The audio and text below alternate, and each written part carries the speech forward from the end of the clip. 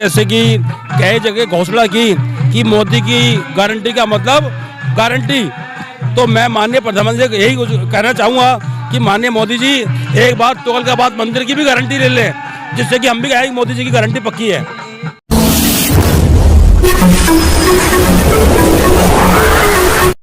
नमस्कार, आप देख रहे हैं भारत न्यूज। मैं हूं आपके साथ डिम्पल राणा। आइए देखते हैं आज की बड़ी खबर, लेकिन उससे पहले आप हमारे चैनल को सब्सक्राइब करें ताकि कोई भी खबर आप मिस ना कर पाए। क्योंकि ये हमारे गुरुजी की शोभा यात्रा है और गुरुजी के ही बारे में बात करूंगा, क्योंकि अगर मैं राजनीतिक बात करूंगा तो फिर वो राजनीति की माहौल बन जाएगा।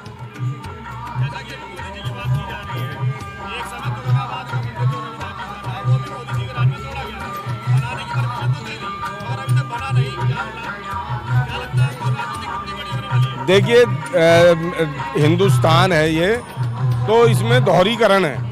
वो दलितों का मंदिर है और एक अयोध्या मंदिर है, वो सोनाऊ का मंदिर है। तो राम मंदिर को बनाने में सारी सरकार जुटी हुई है और दलितों के मंदिर को तोड़वाने में सारी सरकार जुटी हुई है। तो कम शब्दों में मैंने पूरी बात अपनी बता दी है, तो आप भी समझदार हैं और समझ सकते हैं।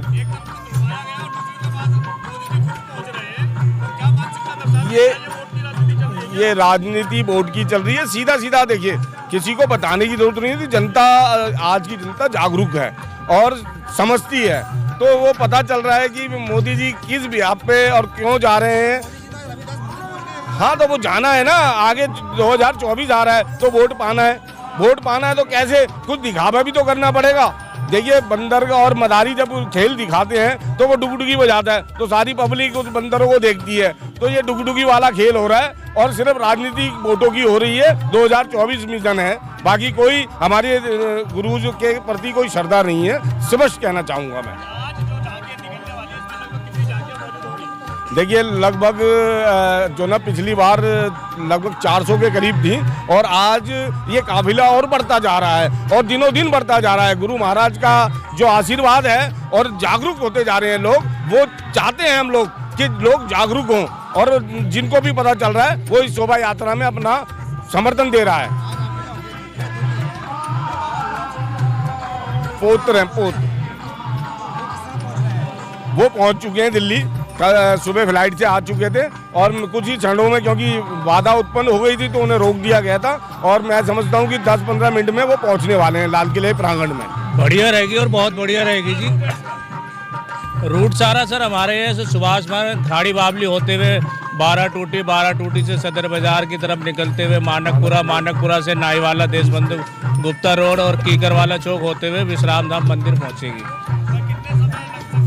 ये समय सर अभी हम निकलेंगे और यहाँ से 6 बजे के आसपास परमिशन हमें पूरे दिन के लिए हमारी परमिशन है और बड़े इजी तरीके से हमें परमिशन मिली गई है। पूरा सपोर्ट है हमारा और गुरुजी की कृपा है कि आज हम इतने भव्य तरीके से इसको निकाल रहे हैं और 1954 से हमारा ये सारा कार्यक्रम चल रहा है और बहुत अच्छा। और गुरुजी की मेहर है कि देखो, आज गुरुजी की मेहर के लिए मोदी साहब खुद वाराणसी पहुंचे हुए और विश्राम धाम मंदिर आए। ये गुरुजी की मेहर है जो आज हमारे पर इतनी रहमो करम हो रहा है और इतने लोग जुड़ते जा रहे हैं आज हमारे समाज में और गुरुजी का परचम इतना फहराया जा रहा है। ये सब गुरुजी की मेहर है और हम जय गुरुदेव, धन गुरुदेव। देखिए, सामाजिक क्रांति के गुरुदूत संत गुरु रविदास जी का जीवन दर्शन भारत के इतिहास में सामाजिक क्रांति का एक बहुत बड़ा पृष्ठ है। गुरु रविदास जी ने समाज के अंदर जातिवाद को समाप्त करने के लिए और कर्म को प्रधान मानते हुए हमें बहुत बड़ा संदेश दिया। आज़ाद भारत के अंदर आज हम 647वीं जयंती गुरु जी की मना रहे हैं। भारत के कोने कोने के अंदर, चाहे बनारस हो, चाहे आपका अयोध्या हो, चाहे कहीं भी हो, हर जगह गुरु जी की जयंती का आयोजन होता है। एक बहुत बड़ा वर्ग गुरु जी की आराधना करता है, गुरु जी के पद चिन्हों पर चलता है और सामाजिक समरसता के लिए अपना आंदोलन करता है।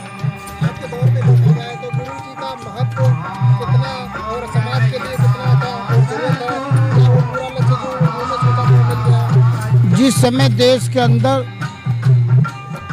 धर्म का पाखंडवाद बहुत ज़्यादा महत्वपूर्ण होकर उछल रहा था, तब गुरुजी ने कर्म को महत्व दिया।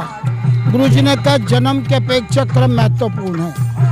उन्होंने बहुत सारे अपने काव्य के माध्यम से, अपने दर्शन के माध्यम से बहुत कुछ कहा। और मैं नहीं समझता किसी धार्मिक संत का कत्ल नहीं होता, एक क्रांतिकारी का होता है।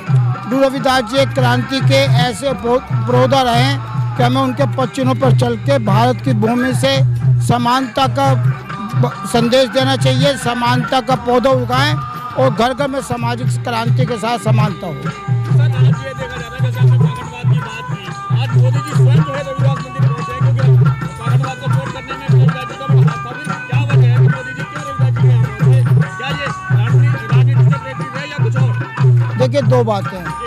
1947 से लेकर आज तक देश में अनेक प्रधानमंत्री बने, अपना अपना सोच है। पंडित जवाहरलाल नेहरू जी देश के अंदर एक औद्योगिक क्रांति लाने के लिए रहे, राजीव गांधी जी कंप्यूटर के लिए याद किए जाएंगे, इंदिरा गांधी का एक बहुत बड़ा रण क्षेत्र रहा राष्ट्रीयकरण करने का। जहाँ तक हमारे नरेंद्र मोदी जी का प्रश्न है, वो धार्मिक दृष्टिकोण से ज़्यादा महत्वपूर्ण है। उन्होंने बाकायदा मर्यादा पुरुषोत्तम राम के मंदिर के अंदर अपने आप को आगे जोड़ा।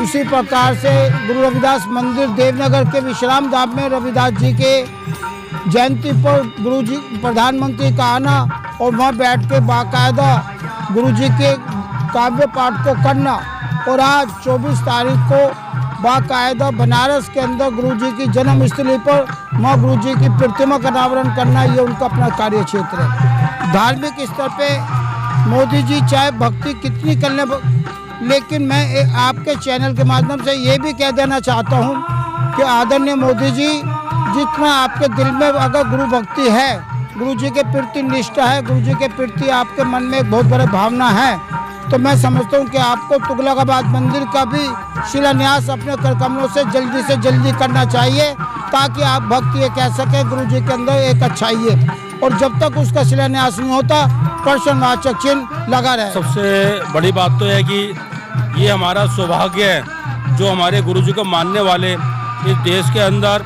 और विश्व के अंदर काफ़ी अनुयायी है।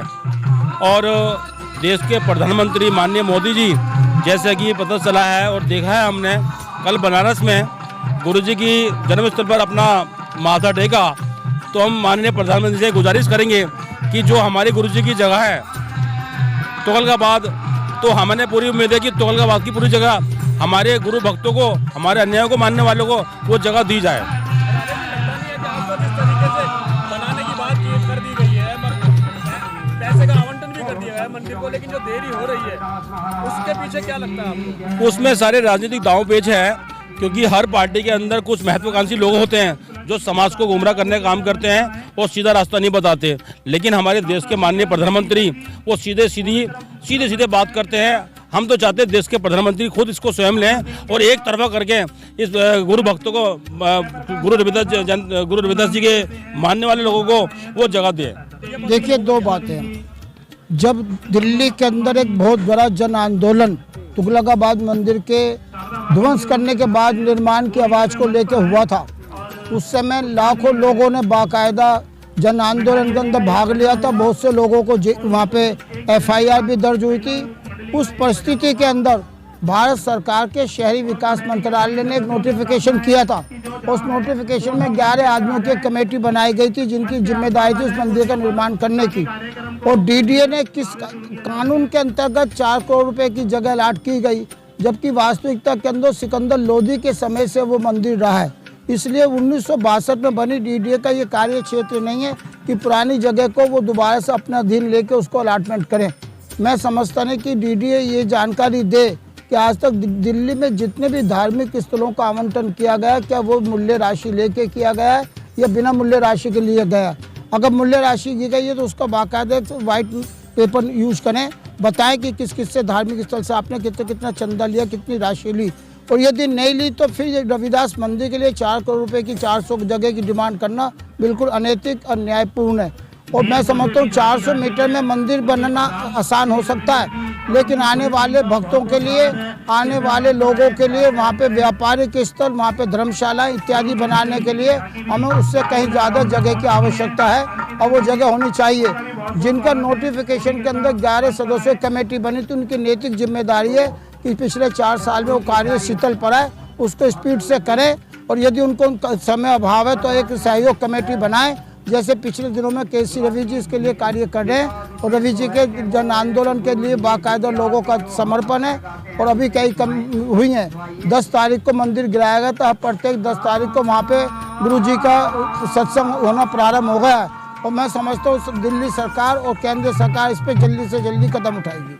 आज के दिन जो है समाज को क्या संदेश देना चाहिए?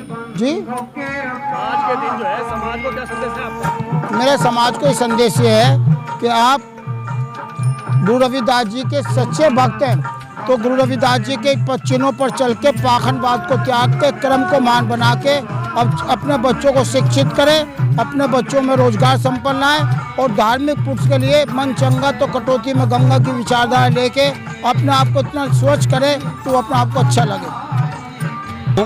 कि देश के प्रधानमंत्री जी ने जैसे कि कई जगह घोषणा की कि मोदी की गारंटी का मतलब गारंटी, तो मैं माननीय प्रधानमंत्री को यही कहना चाहूँगा कि माननीय मोदी जी एक बार तुगलकाबाद मंदिर की भी गारंटी ले लें, जिससे कि हम भी कहें कि मोदी जी की गारंटी पक्की है।